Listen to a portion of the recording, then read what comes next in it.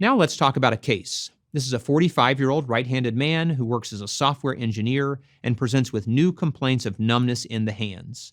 He says that for the past 6 months, he has had numbness in his hands. This initially began in his right hand, and he's right-handed, and then more recently he developed symptoms in his left hand. He says that the symptoms are worse at the end of the day and awaken him at night, where he will shake his hands for relief.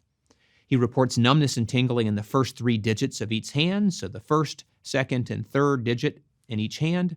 The fourth and fifth digits are spared.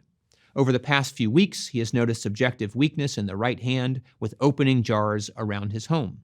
Examination shows no muscle atrophy. He does have mild weakness in the thumb and index finger with opposition. There's reduced sensation over the first 3 digits, no symptoms in the lower extremities, and normal deep tendon reflexes. So what's the diagnosis? Well, there are a number of things to think about in this case. The first is the distribution. This problem involves the first 3 fingers and not the fourth and fifth digit, and that is very sensitive and specific for a problem affecting the median nerve. The median nerve innervates the thumb, index, and middle finger and does not provide nervous innervation to the fourth and fifth digit. In addition, we also see that this problem is worse at night, and he wakes up and shakes his hand, which is something we commonly see in patients with carpal tunnel syndrome, and we don't have other findings to suggest a more systemic polyneuropathy. There's no symptoms in the lower extremities and normal deep tendon reflexes.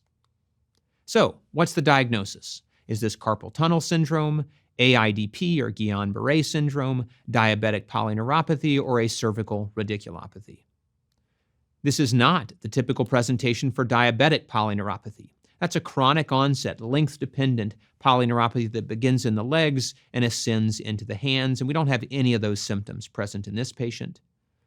Cervical radiculopathy could cause symptoms in the upper extremity, but it would be quite uncommon to have onset of upper extremity symptoms in both hands at the same time, and typically central cord problems affect a cape-like distribution as opposed to the distal hands.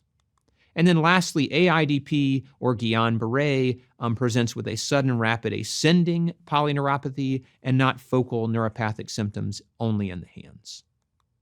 Well, this is a classic and typical presentation of a patient with carpal tunnel syndrome.